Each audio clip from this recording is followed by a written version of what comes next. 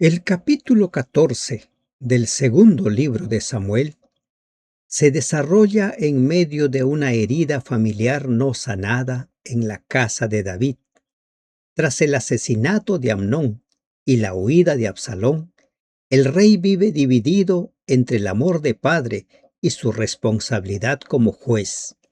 Este pasaje muestra el intento de resolver el conflicto sin enfrentarlo plenamente, dando lugar a una reconciliación externa, pero no profunda. A través de la intervención de Joab y la parábola de la mujer de Tecoa, el texto revela el corazón restaurador de Dios en contraste con la debilidad humana de David. El capítulo nos advierte que el perdón sin verdad, sin arrepentimiento y sin diálogo puede aliviar la tensión momentáneamente, pero no produce sanidad duradera. Esta historia prepara el terreno para los eventos trágicos que seguirán, enseñándonos que las decisiones aplazadas y las reconciliaciones incompletas tienen consecuencias espirituales, familiares y nacionales.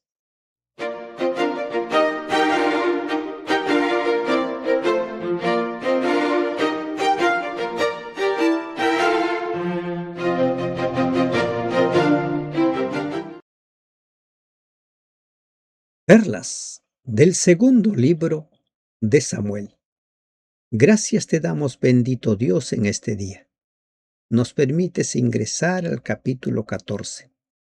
Permítenos, Señor, entender, permítenos aprender de esta historia registrada. Instrúyenos, Padre. En el nombre de Jesús te lo ruego. Amén. Buen día, hermanos de esperanza.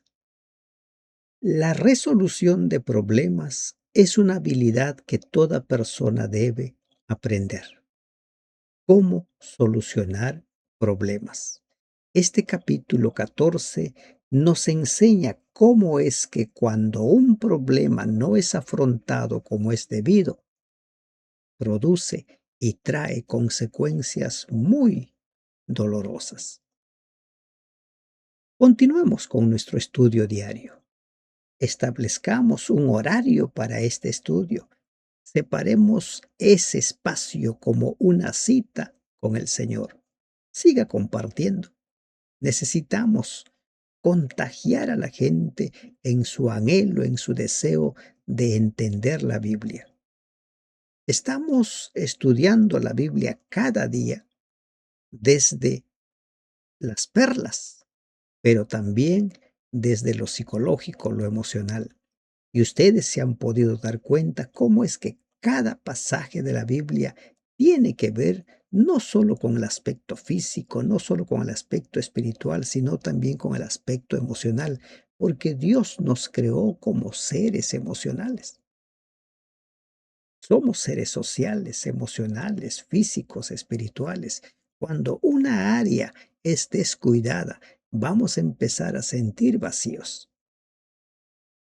El objetivo principal de este capítulo 14 es revelar que la restauración sin verdad, sin arrepentimiento y confrontación produce una reconciliación superficial que prepara consecuencias espirituales y relacionales muy graves. Pero también tiene objetivos específicos. Veamos, primero, mostrar la tensión entre misericordia y justicia en el liderazgo de David. Evidenciar el conflicto interno del rey como padre y como juez. Enseñar que el liderazgo espiritual debilitado afecta a toda la familia y a la nación. Subrayar que evitar decisiones difíciles no elimina el problema, solo la posterga. Segundo objetivo específico, enseñar que la verdad puede ser reconocida, pero no necesariamente obedecida. David discierne correctamente el caso presentado por la mujer de Tecoa. El capítulo muestra la incoherencia entre saber lo correcto y practicarlo. Se expone el autoengaño espiritual. Tercer objetivo específico: revelar el carácter restaurador de Dios frente a la pasividad humana. Presentar la profunda verdad teológica. Dios idea medios para que no sea expulsado de él el desterrador. Versículo 14. Enfatizar que Dios busca restaurar sin negar la justicia. Contrastar el plan divino de redención con la solución incompleta de David. Cuarto, evidenciar el peligro de permitir el regreso sin restauración. Mostrar que traer de vuelta a Absalón sin diálogo ni arrepentimiento genera resentimiento. Enseñar que el perdón verdadero implica cercanía, verdad y responsabilidad. Advertir que el silencio en las relaciones profundiza las heridas. Un quinto objetivo específico: desenmascarar la diferencia entre apariencia externa y transformación interna. Describir el carisma y la belleza de Absalón como contraste con su falta de arrepentimiento. Enseñar que los dones visibles no sustituyen un carácter formado.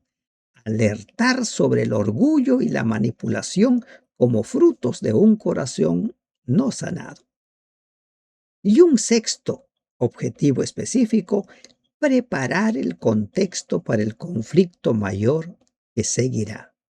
Mostrar que la reconciliación incompleta allana el camino para la rebelión de Absalón. Enseñar que los problemas no resueltos espiritualmente tienden a crecer.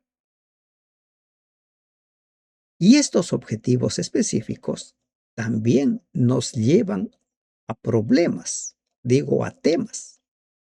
¿Qué temas podemos encontrar en este capítulo? Vamos a compartir solo 5. Usted va a encontrar muchos más. 1. El conflicto no resuelto en el liderazgo y la familia. ¿Cómo afecta esto? El capítulo presenta a David como un líder dividido entre su rol de padre y su rol de rey.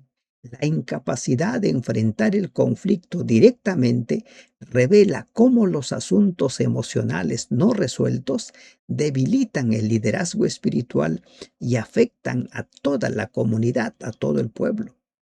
El silencio ante el pecado y el dolor no produce paz, sino tensión acumulada.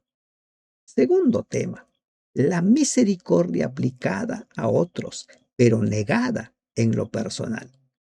David muestra gran discernimiento y misericordia al juzgar el caso presentado por la mujer de Tecoa, pero falla al aplicar ese mismo principio a su propia casa. El capítulo expone la incoherencia entre conocer la verdad y vivirla. Es más sencillo defender principios bíblicos que practicarlos cuando nos afecta personalmente. Tercer tema: el corazón restaurador de Dios frente a la debilidad humana. La afirmación de que Dios idea medios para que no sea expulsado el desterrado revela el carácter redentor de Dios. Este tema contrasta fuertemente con la restauración incompleta e insegura que ofrece David. Dios busca restaurar con propósito y transformación, no solo con aproximaciones superficiales. Un cuarto tema: el peligro de una reconciliación sin verdad ni arrepentimiento. Absalón regresa a Jerusalén sin haber enfrentado su culpa ni asumir responsabilidad. Su ausencia de diálogo, confrontación y arrepentimiento genuino da lugar a resentimiento, manipulación y futura rebelión. La reconciliación bíblica requiere verdad, arrepentimiento y restauración relacional. Y un quinto tema, apariencia externa versus formación de carácter. El texto destaca la belleza y carisma de Absalón, contrastándolos con su inmadurez moral y espiritual. El capítulo advierte contra el engaño de confundir dones, imagen o atractivo con transformación interior. El carisma sin carácter no glorifica a Dios y termina siendo destructivo.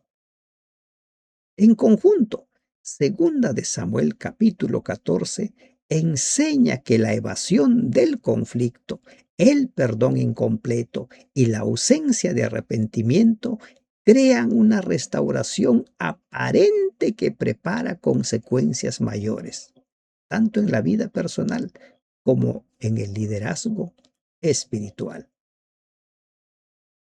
Y en este capítulo encontramos varios casos psicológicos. Vamos a extraer solo 5. 1. David, evitación emocional y liderazgo paralizado. David experimenta un conflicto interno intenso. Ama a Absalón como padre, pero teme confrontarlo como rey. Esta ambivalencia lo lleva a evitar decisiones claras, optando por soluciones parciales que reducen momentáneamente la ansiedad, pero no resuelven el problema. Miren, ¿en qué consiste la evitación emocional? Es una estrategia inconsciente para no enfrentar emociones dolorosas como culpa, dolor o miedo, que a corto plazo alivia, pero a largo plazo intensifica el conflicto. Evitar conversaciones difíciles no elimina el conflicto, lo traslada al futuro. La evitación mantiene el ciclo del sufrimiento. En roles de autoridad, padres, líderes, la evitación modela pasividad emocional en otros. ¿Qué hacer si estamos en una situación como esta? Identificar conflictos que se han postergado por miedo o culpa. Practicar conversaciones honestas con lenguaje respetuoso y límites claros. Entender que amar también implica confrontar con verdad. Un segundo caso, Absalón, orgullo herido y falta de arrepentimiento. Absalón regresa pero no muestra arrepentimiento genuino. Su conducta refleja orgullo, necesidad de control y dificultad para asumir responsabilidad. Busca restauración sin transformación. Acá hablamos de defensa narcisista. La defensa narcisista es un mecanismo donde la persona protege su autoestima, evitando reconocer culpa o vulnerabilidad. Recuerda lo siguiente, el orgullo puede ser una defensa ante el dolor no resuelto. La ausencia de arrepentimiento estanca el crecimiento emocional y la responsabilidad personal es clave para la restauración relacional. ¿Cómo manejar situaciones como estas? Evaluar si justificamos constantemente nuestras acciones. Aprender a pedir perdón sin excusas. Y distinguir entre ser aceptado y ser transformado. Un tercer caso, la mujer de Tecoa. Inteligencia emocional instrumental. La mujer demuestra alta capacidad empática y comunicacional. Utiliza una historia para conectar con las emociones. ¿Recuerdan a Natán? Algo similar hace aquí la mujer. Utiliza esta historia para conectar las emociones de David y llevarlo a una reflexión moral profunda. La comunicación indirecta empática. ¿En qué consiste? Es una forma de comunicarnos por medio de historias o metáforas para facilitar la comprensión emocional cuando la confrontación directa no es posible. Hay que tener en cuenta lo siguiente. Las personas no cambian solo por argumentos lógicos, sino por conexión emocional. Las historias activan empatía y reducen defensas. Sin embargo, la persuasión no sustituye la responsabilidad del cambio personal. ¿Cómo manejar situaciones como estas? Usar historias para enseñar valores y verdades bíblicas. Aprender a comunicar sin agredir ni manipular. Y recordar que entender no equivale a actuar. Un cuarto caso, la reconciliación incompleta. Perdón sin restauración. David permite el regreso de Absalón, pero le niega acceso emocional. Hay cercanía física, pero distancia afectiva. Esto genera ambigüedad relacional y resentimiento acumulado. El perdón superficial o la reconciliación ambigua es un proceso donde se evita el conflicto real, generando relaciones frágiles y tensas. Tenga en cuenta lo siguiente: el perdón auténtico incluye diálogo, verdad y límites claros. La ambigüedad emocional genera confusión y frustración. La reconciliación sin proceso no produce seguridad emocional. ¿Cómo actuar en esta situación? Clarificar expectativas en relaciones restauradas. Practicar el perdón con conversación y acuerdos explícitos. Entender que reconciliar no siempre significa restablecer todas las dinámicas previas. Y un quinto caso, manipulación conductual, comunicación a través del daño. Absalón incendia los campos de Joab para obtener atención. Ante la falta de diálogo, recurre a la conducta disruptiva como forma de comunicación. La conducta externalizante es la expresión del malestar interno mediante acciones impulsivas o dañinas. Recuerda, cuando no se valida la voz emocional, la conducta reemplaza a la palabra. La agresión suele ser un síntoma, no la raíz del problema. Recuerde esto. La agresión suele ser un síntoma, no la raíz del problema. El castigo sin comprensión incrementa la escalada del conflicto. ¿Cómo afrontar situaciones como estas? Aprender a expresar necesidades antes de explotar. Escuchar conductas como señales de dolor no expresado. Fomentar espacios seguros de diálogo en la familia. En síntesis, segunda de Samuel 14, desde el punto de vista psicológico, nos enseña que la evitación emocional debilita las relaciones. El perdón sin transformación es incompleto. El liderazgo sano integra amor, verdad y límites. Y la restauración bíblica incluye responsabilidad emocional y espiritual. Lo que no se habla con verdad termina gritando con dolor. Ingresemos al estudio del versículo a versículo. Este capítulo muy bien podríamos nosotros titularlo como la tragedia del perdón incompleto, la incapacidad de solucionar problemas. ¿Para qué se escribieron todas las historias bíblicas? Para nuestra enseñanza, para que nosotros aprendamos de lo que vivieron los hijos y las hijas de Dios en el pasado. Conociendo Joab, hijo de Sarbia, que el corazón del rey se inclinaba por Absalón, Dios nos enseña en este capítulo varias verdades. Miren, ¿qué sucede con Joab?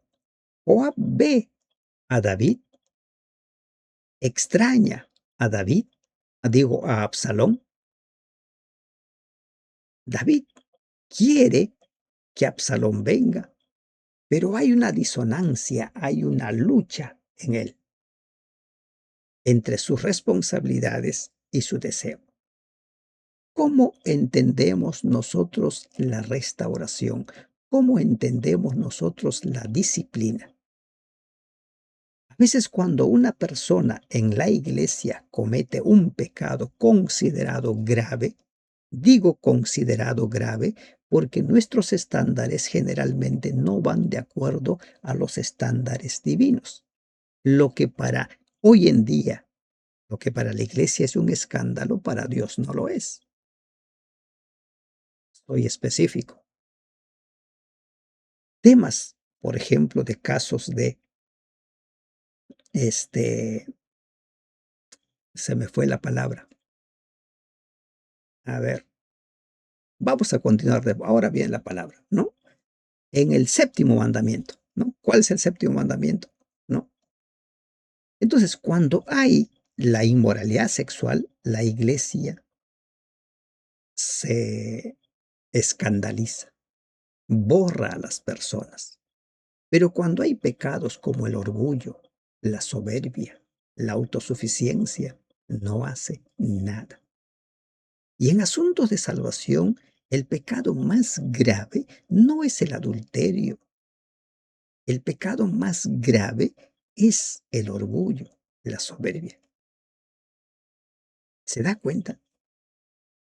Y mucha gente se va a perder porque nunca fue reprendido o nunca se le habló, se le hizo ver que el pecado del orgullo y la soberbia lo aleja de Dios.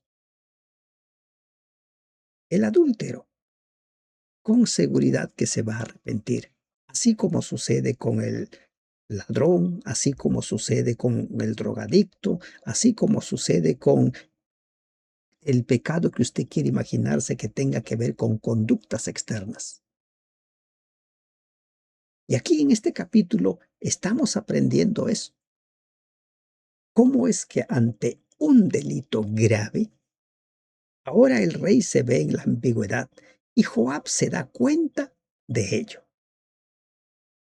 Envió Joab a Tecoa y tomó de allá una mujer astuta y le dijo: Yo te ruego que finjas estar de duelo y te vistas ropas de luto y no te unjas con óleo, sino preséntate como una mujer que desde mucho tiempo está de duelo por algún muerto.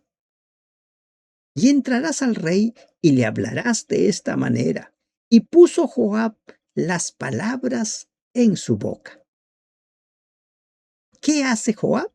Busca una persona que va a hacer una especie del papel de Natán. Se va a presentar esta mujer y le va a contar una parábola. ¿Para qué? El propósito es ayudar a David a darse cuenta, tal como hizo Natán. Pareciera que Joab, al ver cómo es que la historia de la corderita funcionó en David, ahora quiere utilizar también una parábola y lo hace por medio de una mujer. Por lo visto, esta mujer era conocida por su habilidad con las palabras. Y le pide prácticamente que actúe. Dice: tú te vas a presentar como una mujer que desde hace mucho tiempo está de duelo por algún muerto. Y le da toda la información necesaria. Le dice qué es lo que va a suceder, qué es lo que tiene que hacer, qué es lo que se está buscando. Miren, Joab tiene muy buenos deseos, buenas intenciones. Joab percibe el deseo de David de restaurar a Absalón. Sin embargo, David no actúa. El dolor, la culpa y el temor bloquean la toma de decisiones. Tener buenos deseos no es lo mismo que obedecer a Dios. El amor que no se expresa correctamente se convierte en pasividad. ¿Y qué relaciones sabes que deben restaurarse, pero sigues postergando? La inacción espiritual también es desobediencia. Entró pues aquella mujer de Tecoa al rey y postrándose en tierra sobre su rostro, hizo reverencia y dijo: Socorro, oh rey. El rey le dijo: ¿Qué tienes? Y ella respondió: Yo a la verdad soy una mujer viuda y mi marido ha muerto. La mujer de Tecoa va a narrar una historia ficticia. ¿Y qué le dice esta mujer? Tu sierva tenía 2 hijos, y los dos riñeron en el campo, y no habiendo quien los separase, hirió el uno al otro y lo mató. Y he aquí toda la familia se ha levantado contra tu sierva, diciendo: entrega al que mató a su hermano para que le hagamos morir por la vida de su hermano, a quien él mató, y matemos también al heredero. Así apagarán el ascua que ha quedado, no dejando a mi marido nombre ni reliquia sobre la tierra. Toda una historia armada, pero era una metáfora en el fondo. Entonces el rey dijo a la mujer: vete a tu casa y yo daré órdenes respecto a ti. David juzga correctamente, decide salvar al hijo culpable. La misericordia prevalece sobre la venganza. Y la mujer de Tecoa dijo al rey: Rey, señor mío, la maldad sea sobre mí y sobre la casa de mi padre, mas el rey y su trono sean sin culpa. Y el rey dijo: Al que hablare contra ti, tráelo a mí y no te tocará más. David hasta aquí no percibía la intención de la mujer. Hasta aquí él consideraba que la historia de los hijos era real. Dijo entonces ella: Te ruego, oh rey, que te acuerdes de Jehová tu Dios, para que el vengador de la sangre no aumente el daño y no destruya a mi hijo. Y él respondió: Vive Jehová, que no caerá ni un cabello de la cabeza de tu hijo en tierra. Y la mujer dijo: Te ruego que permitas que tu sierva hable una palabra al señor el rey. Y el rey dijo: Habla. Entonces la mujer dijo: Aquí empieza el motivo de fondo, el propósito de por qué la mujer está frente al rey. ¿Por qué, pues, has pensado tú cosa semejante contra el pueblo de Dios? Porque hablando el rey esta palabra, se hace culpable él mismo, por cuanto el rey no hace volver a su desterrado. Aquí se cumple aquello de: casi todos somos buenos consejeros, pero malos aplicando el consejo que damos a los demás a nuestra propia vida. David aplica justicia en la historia ajena, pero no en su propia casa. Y continúa la mujer: porque de cierto morimos y somos como aguas derramadas por tierra, que no pueden volver a recogerse. Ni Dios quita la vida, sino que provee medios para no alejar de sí al desterrado. Esta última frase es vital que lo entendamos. Dios provee medios para no alejar de sí al desterrado. Generalmente cuando la iglesia disciplina de tal forma que el pecador o la pecadora se va de la iglesia y nunca más vuelve. Ese no es el propósito de la disciplina. La disciplina tiene que darse. La falta a los pecados tiene que darse. Pero la persona tiene que ser consciente por qué va a ser disciplinado, cuál es el propósito de esa disciplina. Y tras la disciplina, el interés de la iglesia debe intensificarse en favor de la persona. sino que provee medios para no alejar de sí al desterrado, para no alejar de sí al pecador. El papel de la iglesia no es el de juzgar, condenar, es el de restaurar. El papel que se nos ha dado es de reconciliar. Es cierto que debe haber disciplina, se debe hacer respetar los principios morales, pero todo dentro del marco de curar, sanar, restaurar. Es más difícil aconsejar que obedecer, reza la frase. ¿Somos jueces severos para nosotros o solo para otros? ¿Qué tan buen consejero eres? ¿Y qué tan bueno eres aplicando esos consejos a tu historia de vida? Y el haber yo venido ahora para decir esto al rey mi señor, es porque el pueblo me atemorizó y tu sierva dijo, hablaré ahora al rey, quizá él hará lo que su sierva diga. Pues el rey oirá para librar a su sierva de mano del hombre que me quiere destruir, a mí y a mi hijo juntamente, de la heredad de Dios. La historia ha sido contada, el propósito ha sido revelado y el rey ha sido confrontado. Qué tan buen consejero eres y qué tan bueno eres para aplicar tus propios consejos a tu historia de vida. Tu sierva, pues dice, sea ahora de consuelo la respuesta de mi señor el rey, pues que mi señor el rey es como un ángel de Dios para discernir entre lo bueno y lo malo. Así Jehová tu Dios sea contigo. ¿Qué le dice?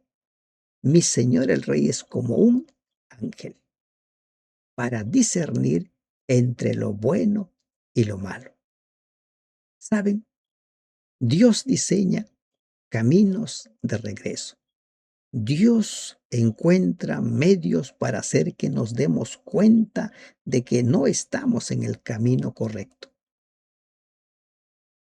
Entonces, ante esta confrontación con la mujer, la respuesta de David es, le pregunta a la mujer, te ruego que no me encubras nada de lo que yo te preguntare. Y la mujer dijo, hable mi señor, el rey. El rey le dijo, ¿no anda la mano de Joab contigo en todas estas cosas? La mujer respondió y dijo, vive tu alma, rey señor mío, que no hay que apartarse a derecha ni a izquierda en todo lo que mi señor el rey ha hablado, porque tu siervo Joab, él me mandó, y él puso en boca de tu sierva todas estas palabras. ¿Saben? Las lecciones que vamos encontrando, las perlas que encontramos en este capítulo, son muchas. Dios busca restaurar, no eliminar.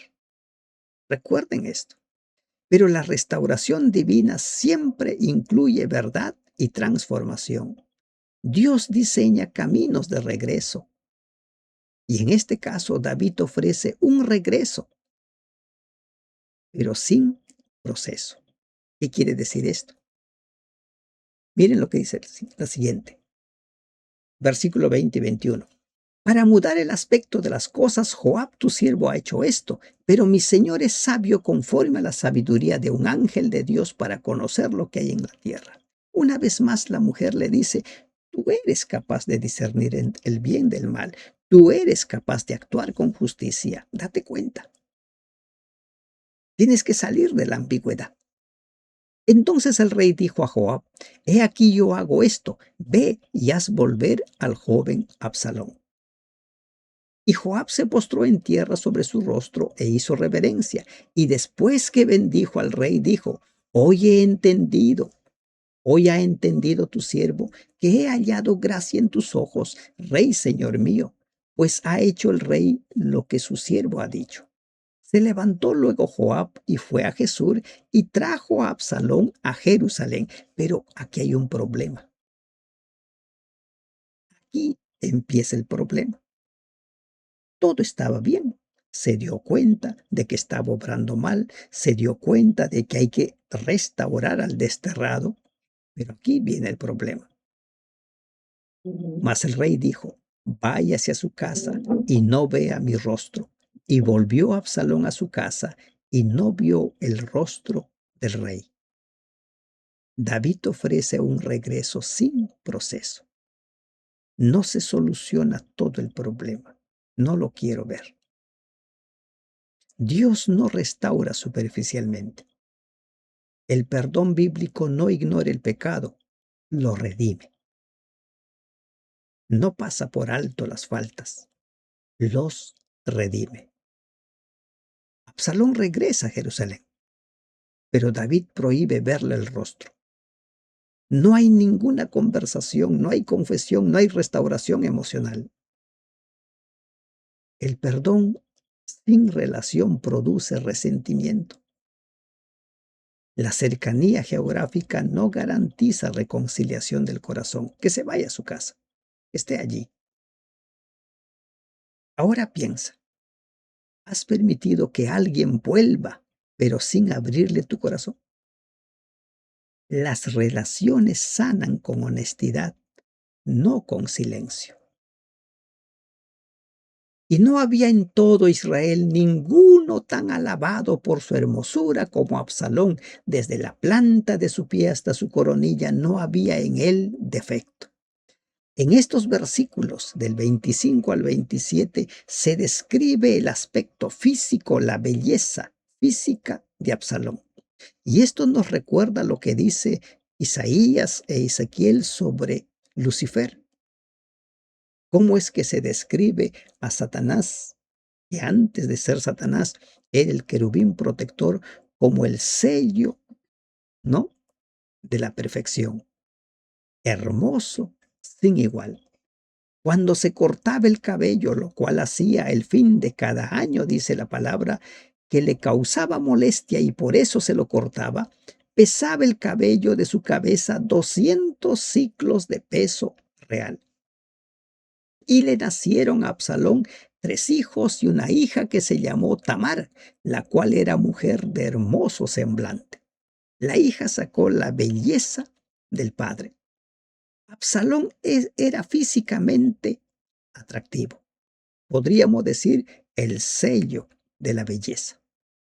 Su cabello simbolizaba orgullo y vanidad. No hay evidencia en él de arrepentimiento. Y cuando la Biblia introduce este concepto es para que nosotros nos demos cuenta de que la belleza exterior no siempre refleja lo que hay dentro. Por eso hay una frase que se acuñó, ¿no?, por la sabiduría popular. Por fuera flores, por dentro temblores. La belleza externa puede esconder un corazón herido y rebelde, pero la parte exterior, el carisma, sin santidad es muy peligroso. Dios mira el corazón, recuerda, no lo exterior, no la imagen. Lo que le dijo a Samuel: no mires lo exterior porque yo veo, porque Dios mira el corazón. No confundamos dones con madurez espiritual. Y estuvo Absalón por espacio de 2 años en Jerusalén y no vio el rostro del rey. No vio. Y mandó a Absalón por Joab para enviarlo al rey, pero él no quiso venir. Y envió aún por segunda vez y no quiso venir. Entonces dijo a sus siervos: mirad, el campo de Joab está junto al mío y tiene allí cebada. Id y prendedle fuego. Y los siervos de Absalón prendieron fuego al campo. Entonces se levantó Joab y vino a casa de Absalón y le dijo: ¿por qué han prendido fuego tus siervos a mi campo? Y Absalón respondió a Joab: he aquí, yo he enviado por ti diciendo que vinieses acá con el fin de enviarte al rey para decirle: ¿para qué vine de Jesús? Mejor me fuera estar aún allá. Vea yo ahora el rostro del rey, y si hay en mí pecado, máteme. Entonces, ahora se va a producir el encuentro entre el padre y el hijo, entre el rey y el desterrado. Vino pues Joab al rey y se lo hizo saber. Entonces llamó a Absalón, el cual vino al rey e inclinó su rostro a tierra delante del rey, y el rey besó a Absalón. David besa a Absalón. No hay confrontación previa, no hay ese aclare de cosas. Hay gesto, pero no hay proceso. Y eso es peligroso. El conflicto no termina, solo se posterga para explotar en el siguiente capítulo. La reconciliación sin arrepentimiento prepara una rebelión futura. Dios desea traer de vuelta al desterrado. Y ese es el plan de Dios. ¿Recuerdan? Siempre esperando al hijo pródigo, yendo a buscar a la oveja perdida, buscando con desesperación a la moneda que se perdió. La restauración sin verdad es una ilusión peligrosa. Tenemos que entender esto. El amor genuino confronta, sana y transforma. Necesitamos examinar nuestras relaciones rotas. Necesitamos orar por la valentía de amar con verdad. Permitir que Dios no solo acerque cuerpos, sino que sane corazones. El perdón que no transforma, solo prolonga el conflicto. Esa es la mayor lección que nos enseña este capítulo. ¿Con qué perlas podríamos quedarnos? Algunas perlas sugerentes. 1. Evitar el conflicto no es paz, es postergación del dolor. La evitación emocional, como mencionamos, es un mecanismo común donde una persona evita conversaciones o decisiones difíciles para no sentir ansiedad, culpa o tristeza. Aunque reduce el malestar momentáneamente, aumenta el sufrimiento a largo plazo. La evitación refuerza el miedo. El problema no resuelto tiende a intensificarse. Las emociones no expresadas se transforman en resentimiento y explosiones futuras. Necesitamos solucionar el problema desde la raíz. 2. Saber lo correcto no garantiza que lo practiquemos. El mundo está lleno de conocimiento. Muchos entendemos el problema, sabemos cómo solucionar el problema, pero no queremos ir a la acción. Por eso el Señor Jesús habla mucho acerca de ser oidor y hacedor. 3. El corazón de Dios siempre busca restaurar al desterrado. ¿Qué dice la palabra de Dios en Ezequiel 18? No quiero yo la muerte del impío. Como les mencionaba, hoy en día los estándares de la iglesia son distintos a los estándares de Dios. Los pecados que nos escandalizan, que condenamos, como el adulterio, la fornicación, no son sancionados en el mismo nivel, ¿no es cierto? Estos como el pecado del orgullo, la mentira. ¿Saben ustedes lo que dice la Biblia sobre la mentira? ¿Y saben ustedes cuántas personas han normalizado la mentira? El corazón de Dios siempre busca restaurar al desterrado. Formas parte tú de la junta de iglesia, eres un ministro. Hay que disciplinar, pero esa disciplina tiene que ser redentora, restauradora. El perdón sin diálogo profundo deja heridas abiertas. Si vas a perdonar, hay que sanar heridas. Este perdón superficial es más dañino que haber dejado de perdonar. El perdón superficial ocurre cuando se evita el conflicto emocional, pero no se procesa el daño vivido, genera relaciones tensas y frágiles. El silencio no sana. La cercanía física no garantiza intimidad emocional. La falta de claridad produce resentimiento. Debemos practicar el perdón con conversación honesta. Quinto, la apariencia externa no sustituye la transformación interna. El caso de Absalón. Absalón es descrito como admirable en apariencia, pero en él se cumple aquello de por fuera flores, por dentro temblores. Todo lo que había dentro de él al final estalló en su rebelión, que es el tema de estudio para el día de mañana. Y la última perla, lo que no se expresa con palabras termina expresándose con conducta. En este caso, la rebelión de Absalón. Lo que no se expresa con palabras termina expresándose con conductas. Segunda de Samuel 14 nos enseña que la evitación debilita las relaciones. El perdón superficial no sana. La restauración auténtica integra amor, verdad y responsabilidad. Dios siempre apunta a la transformación profunda del corazón. Me despido con lo siguiente. La sanidad comienza cuando la verdad se dice con amor y se vive con coherencia. Que Dios te bendiga. Amén.